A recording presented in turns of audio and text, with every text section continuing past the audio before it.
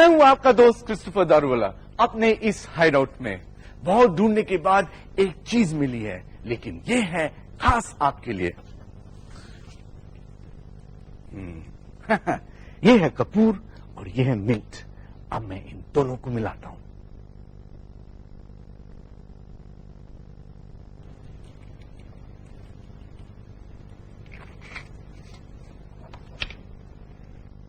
अरे ये तो पानी पानी हो रहा है। मैंने लोगों को शर्म के मारे पानी पानी होते हुए तो सुना है, पर कैम्फर और मिंट, आखिर रिश्ता क्या है इन दोनों का?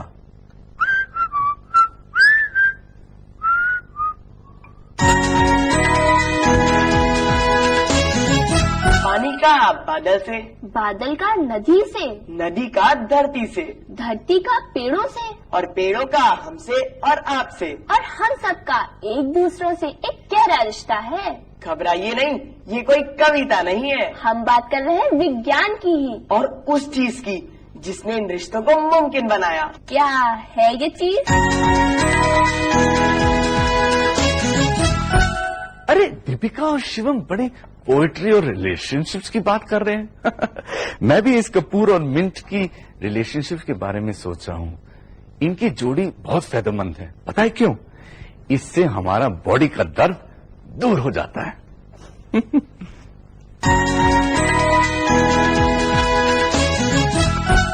ये है हीट एनर्जी। थोड़ी मुश्किल भाषा में इसे ऊष्मा कहते हैं और आसान शब्दों में गर्मी की शक्ति। ये वो एनर्जी है जिसके बिना ना तो होते हम, ना होते आप, और ना होती हमारी ये प्यारी सी दुनिया। तो इसी बहुत इम्पोर्टेंट हीट एनर्जी की बात हम आज करेंगे, क्योंकि ये साइंस की दुनिया है और यहाँ ऐसा ही होता है। गर्मी एक ऊर्जा है, अ फॉर्म ऑफ एनर्जी, एक ऐसी शक्ति जो हमारी इस पूरी दुनिया को जलाती है। नदियों तालाबों का पानी भाप बन के बादल बनता है गर्मी से। पेड़ पौधे अपना खाना बनाते हैं तो वो भी सूरज की किरणों की मदद से। हवा चलती है, मौसम बदलते हैं। इनफैक्ट हमारी पृथ्वी पर जीवन है तो वो भी सूरज से मिलने वाली ऊर्जा के कारण, वरना तो हमारी पृथ्वी बर्फ का एक बेजान गोला होती। शिवम, मुझे ये बताओ कि तुम सूरज पर लैंड क्यों नहीं कर सकते? हाँ, सूरज पर लैंड मेरा भुड़ता बनाना है क्या? सूरज पर टेम्परेचर 5600 डिग्री सेल्सियस होता है। सूरज हमारे लिए कुछ ज्यादा ही गर्म है। पर असल बात बताऊं, सूरज पर लैंड ही कहाँ जो हम उस पर लैंड कर पाए। मतलब ये सूरज एक तारा है। इसके अंदर ना कुछ सॉलिड ना ही लिक्विड, वो तो है गर्मा गर्म गैसेस से बना एक गोला। इन गैसेस में 70% हाइड्रोजन और 28% हीलियम है। बाकी बहुत कम मात्रा में दूसरी गैसेस। हम कह सकते हैं कि सूरज तो एक बहुत बहुत बहुत विशाल न्यूक्लियर रिएक्टर है। वो गर्म होता है हाइड्रोजन और हीलियम गैसेस के बीच होने वाले एक नॉन स्टॉप फ्यूजन रिएक्शन से। इस रिएक्शन में हाइड्रोजन लगातार हीलियम में बदलता रहता है और पैदा होती है बहुत गर्मी। जैसे जैसे समय बीतता जा रहा है वैसे वैसे सूरज पर हाइड्रोजन कम होती जा रही है और हीलियम ज्यादा। दीपिका, अगर सूरज पर हाइड्रोजन खत्म हो गया तो हमें हीट एनर्जी कैसे मिलेगी? तब क्या? अरे जब ये तब कभी आएगा ही नहीं तो हम इस तब के बारे में क्यों सोचें?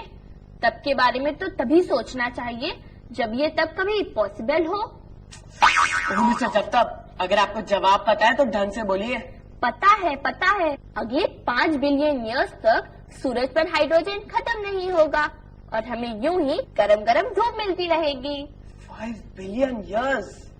चलो इस खुशी में कुछ इंटरेस्टिंग बनाया जाए। कभी सोचा है कि इस थर्मोमीटर के अंदर भरी मर्क्यूरी को कैसे पता चलता है कि बाहर कितनी सर्दी है और कितनी गर्मी?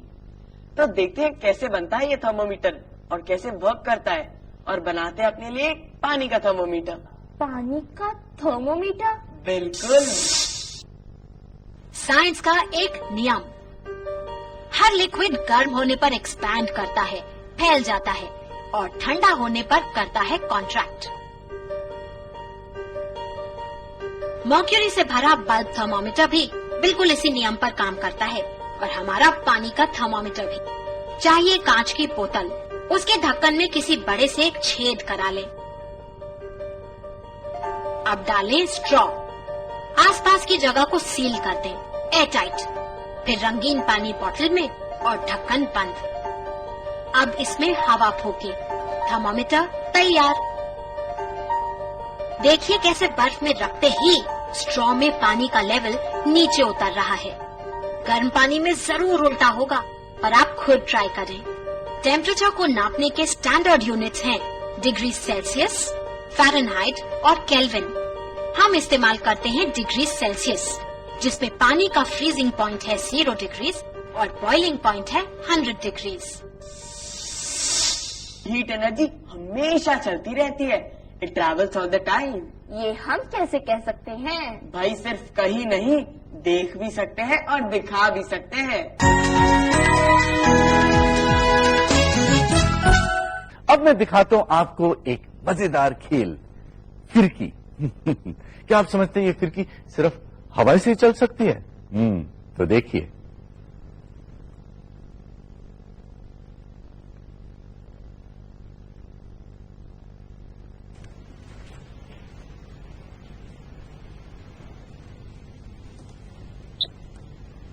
अरे ये तो कैंडल के पास ले आने पे भी घूम रही है। क्या इसे कैंडल से एनर्जी मिलती है? ऐसा क्यों होता है? लेते हैं एक छोटा सा ब्रेक।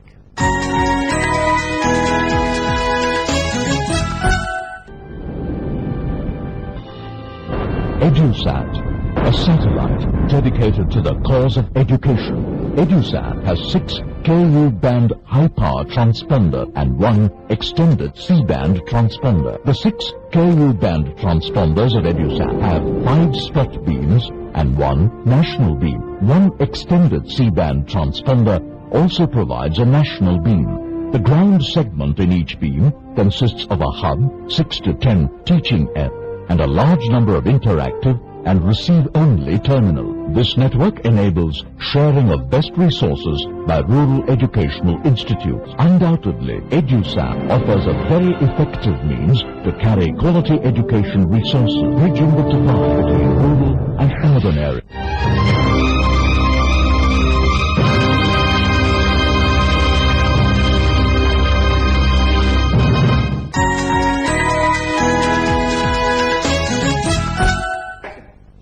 आपने प्लास्टिक के बॉल के साथ खेला होगा और टेनिस बॉल के साथ भी, है ना? पर आपने इन दोनों को कभी पानी में स्पिन किया है? अब देखिए इन दोनों बॉल्स के बीच में एक खेल।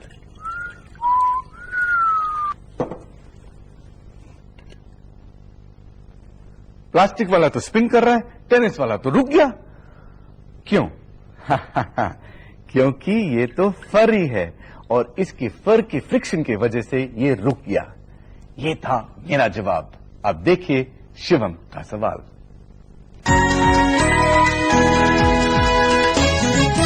बात को आगे बढ़ाने से पहले मेरे पास आपके लिए एक सवाल है। दीपिका की जबान में और हीट एनर्जी में क्या कॉमन है? नहीं पता? मैं बताऊं? दोनों हमेशा चलती रहती है। शिवम अपना मुंह खोलना। तो ये है इसके गंदा सा जोक सुनाने की एक साइंटिफिक सजा। अब जब तक शिवम का टेम्परेचर चेक हो रहा है, हम देखते हैं पानी में डाली हुई बर्फ का क्या हाल है। गर्म पानी से भरे बर्तन में रंगीन बर्फ, पानी गर्म, बर्फ ठंडी, मतलब पानी में हीट एनर्जी ज्यादा और बर्फ में कम। बर्फ पानी में जाते ही पिघलने लगती है। उसके चारों तरफ का पानी हो रहा है ठंडा। ठंडा पानी गर्म पानी से भारी होता है, इसलिए रंगीन पानी नीचे की तरफ डूब रहा है और नीचे का गर्म पानी लगातार ऊपर उठ रहा है। जब भी तापमान में फर्क होता है तो हीट एनर्जी गर्म से ठंडे की ओर बढ़ती है, तब तक जब तक दोनों तापमान बराबर नहीं हो जाते।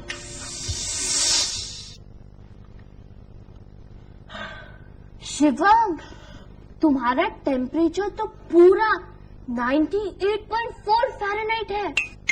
लेकिन वो तो नॉर्मल टेम्परेचर है ना। शिव ड्रामेबाज, मुझे लगा मुझे तेज बुखार है। गला खराब तो बुखार, पेट दर्द तो बुखार, मलेरिया तो भी बुखार। क्यों होता है बुखार?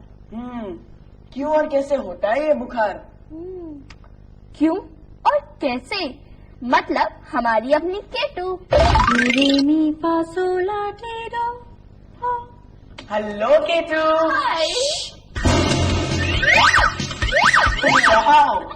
ये आप क्या कर रही हैं? एक्सपेरिमेंट कर रही हूँ ये देखने के लिए कि किस तरह साउंड वेव्स मल्टी स्पीड में रिकॉर्ड की जा सकती हैं। तुम लोगों के पेट में कौन सा सवाल है आज? बुखार।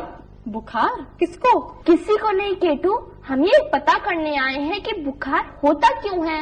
ओह, तो अपने दोस्त के बारे में जानने आए हो आज? केटू दोस्त नहीं दुश्मन। बुखार केटू, बुखार, फीवर। हाँ, फीवर साइंटिफिकली वो हमारा दोस्त है, दुश्मन नहीं। अच्छा बताओ, हम लोगों का बॉडी टेम्परेचर क्या है? Normal body temperature 98.4 degree Fahrenheit और 37 डिग्री सेल्सियस। करेक्ट। तो जब हमें बुखार होता है तो क्या होता है? हम गरम गरम हो जाते हैं और हमें पता चल जाता है कि हमें फीवर है, इसलिए मम्मी हमें डॉक्टर के पास ले जाती है। भाई जो चीज हमें डॉक्टर के पास ले जाए वो हमारी दोस्त कैसे? दोस्ती तो हुई, दुश्मन तो वो जर्म्स हैं जिनसे बुखार लड़ाई लड़ता है। जर्म्स मतलब दुश्मन, बीमार करने वाले बैक्टीरिया, फंगस या वायरस। इन दुश्मनों के शरीर के अंदर आते ही छिड़ जाता है युद्ध। लड़ाई में माहिर है हमारी व्हाइट ब्लड सेल्स, रक्त की सफेद कोशिकाएं। दुश्मन जर्म्स के अंदर घुसते ही हमारी व्हाइट ब्लड सेल्स एक्टिव हो जाती हैं। वो हमारे शरीर के हीटिंग सिस्टम का स्विच ऑन कर देती हैं। हमें हो जाता है बुखार और जर्म्स की आ जाती है शामत, क्योंकि बहुत सारे जर्म्स गर्मी सहन नहीं कर पाते और खत्म हो जाते हैं। इसीलिए तो बुखार है हमारा दोस्त, ना कि दुश्मन। झगड़ा होता है ना हमारी बॉडी के अंदर, कुछ हीरोज कुछ विलेंस। भाई बुखार को इस नजरिए से मैंने पहले नहीं देखा। ओ मिस्टर फिल्मी, अब अगर आपको अपने हीरो और विलेन की कहानी से फुर्सत मिल गई हो तो मैं केटू से कुछ पूछ लूं? पहले मैं तुमसे कुछ पूछती हूँ, सोच के बताना। जब हमारे को गर्मी लगती है तो क्या होता है? बहुत गुस्सा आता है। मुझे ही ना आता है। तुम्हारे गुस्से का तो कोई साइंटिफिक प्रूफ नहीं, लेकिन हाँ, पसीना हमारे शरीर का बहुत इंटरेस्टिंग मैकेनिज्म है। एक्सरसाइज की गर्मी हो या मौसम की, हम जैसे वार्म ब्लडेड एनिमल्स का बॉडी टेम्परेचर नॉर्मल ही रहता है। टेम्परेचर रेगुलेट करता है पसीना। हमारे शरीर पर है करीब 30 लाख स्वेट ग्लैंड्स या पसीने की ग्रंथियां। होता यूं है, गर्मी लगने पर पसीने की ग्रंथियां पसीना छोड़ती हैं। ये पसीना बूंदों के रूप में त्वचा पर आ जाता है। पसीने की ये बूंदें शरीर की गर्मी को अपने में लेकर वाष्प या वेपर में बदल जाती हैं। ये वाष्प जैसे जैसे हवा में उड़ती है, शरीर को ठंडक मिलती है।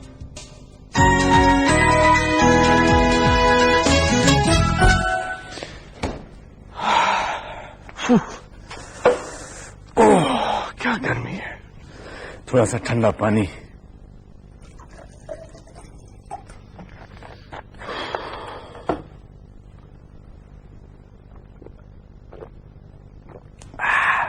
अब कुछ आराम मिला ना? अरे ग्लास में तो ठंडा पानी है, तो इसको पसीना क्यों आ रहा है? ऐसा क्यों होता है? लेते हैं एक छोटा सा ब्रेक, पर उससे पहले एक घुमाने वाला सवाल। वो कौन सा मैमल है जो एक आंख खोल के सोता है? जरा सोचिए।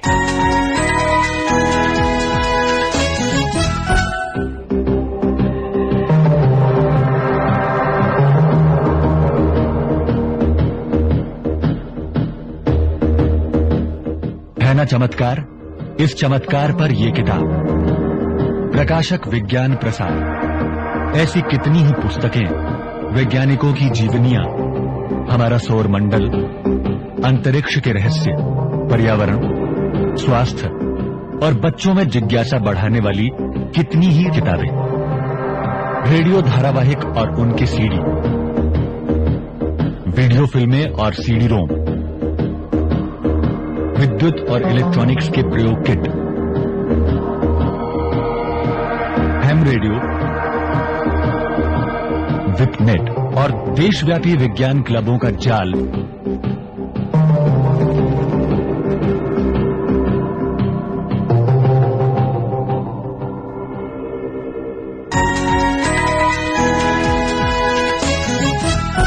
सोचा आपने?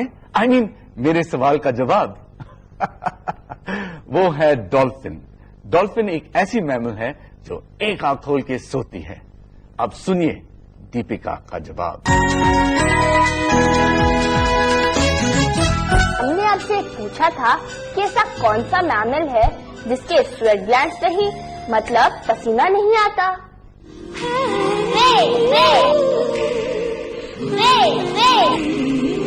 वैसे एक और एनिमल है जो रहता तो लैंड पर है लेकिन फिर भी उसे पसीना नहीं आता।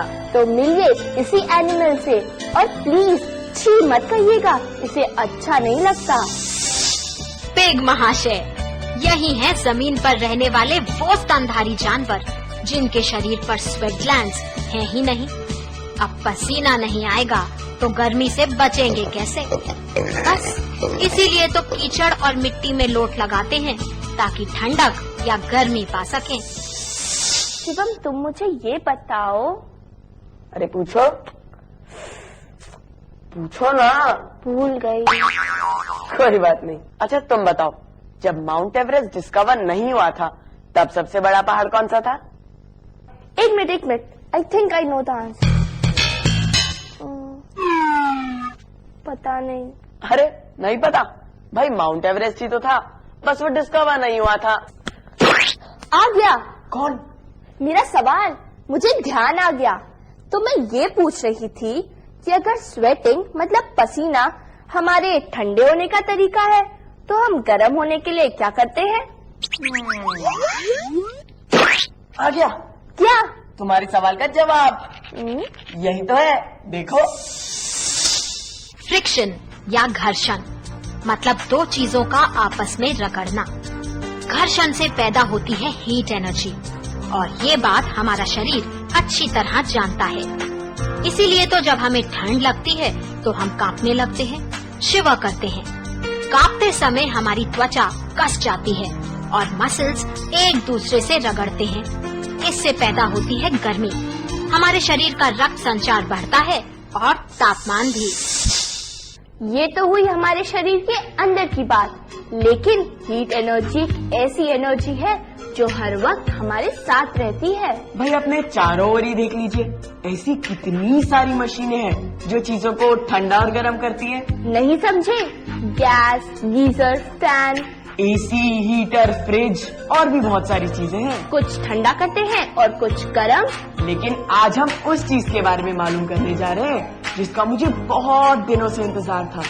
आज हम पता करेंगे कि फ्रिज चीजों को ठंडा कैसे करता है। How does a fridge work, हमारी अपनी केटो के साथ। चलो चले। Very good my scientist friends.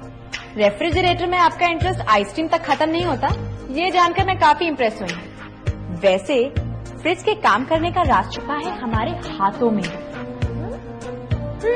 अच्छा देखो, हाथ लेकर अपने मुंह के सामने लाओ और अब जोर से सांस छोड़ो। कैसा लगा? सांस तो एकदम गर्म थी। अब पहले से कुछ अलग करते हैं। इस बारी मुंह को बिल्कुल छोटा करके सांस छोड़ो, इस तरह। कैसा लगा? अरे सांस तो बिल्कुल ठंडी थी। ऐसा ही होता है। इसी तरह काम करता है हमारा फ्रिज।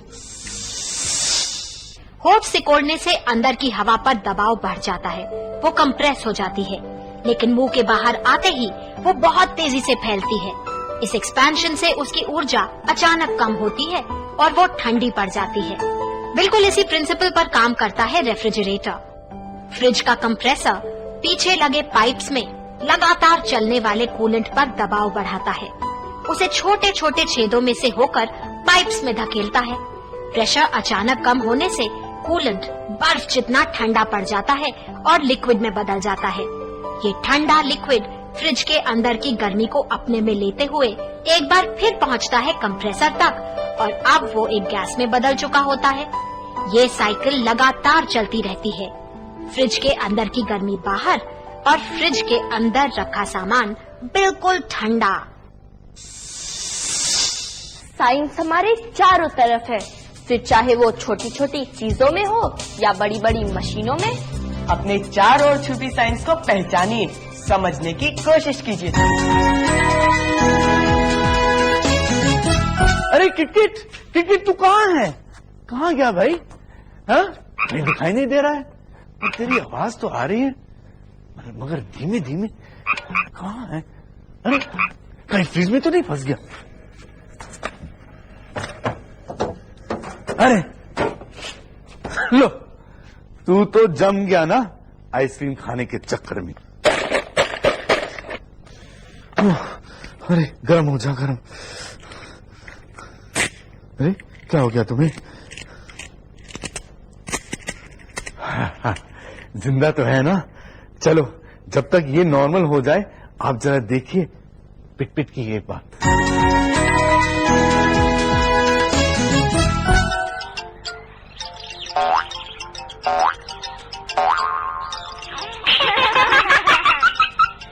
आज हंस लो, कल सबको ये पहनना पड़ेगा। वो क्यों?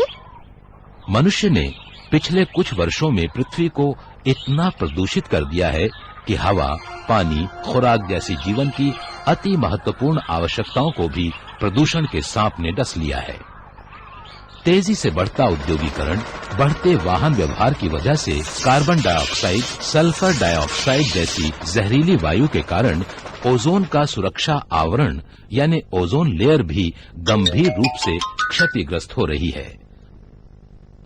वर्षा वनों के कटाव से अनेक जीवों का अस्तित्व लुप्त यानी एक्सटिंक्शन होने के कगार पर आ गया है। फैक्ट्रियों का दूषित जल, इंसानों का मल, पेस्टिसाइड्स, ये सब हमारे पेयजल को दूषित कर रहे हैं।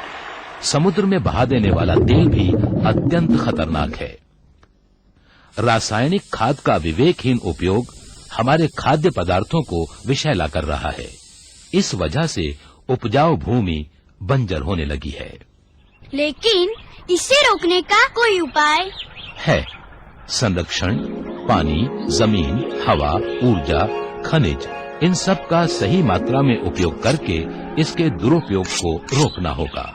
रिन्यूएबल स्रोत जैसे कि वन, घास भूमि या ग्रासलैंड्स, वन्य जीवन, सूर्य शक्ति, हवा आदि, इनका संरक्षण करके इन्हें बचाया एवं बढ़ाया भी जा सकता है। यानी वर्षा वनों को कटने से बचाएं, ज्यादा वृक्ष लगाएं।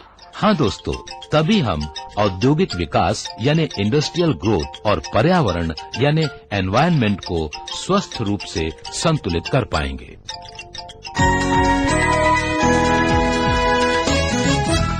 पिट बिल्कुल सही कह रहा है, हमें ज्यादा से ज्यादा पेड़ लगाने चाहिए।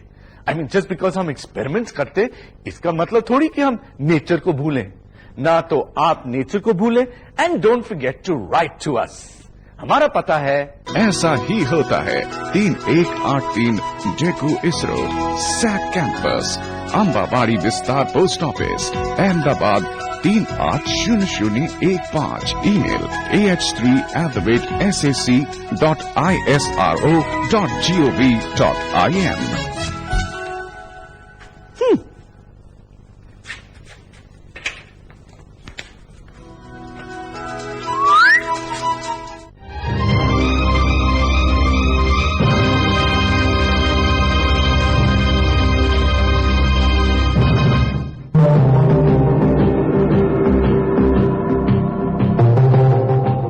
इस कार्यक्रम के प्रायोजक हैं डेकू इसरो और विज्ञान प्रसार।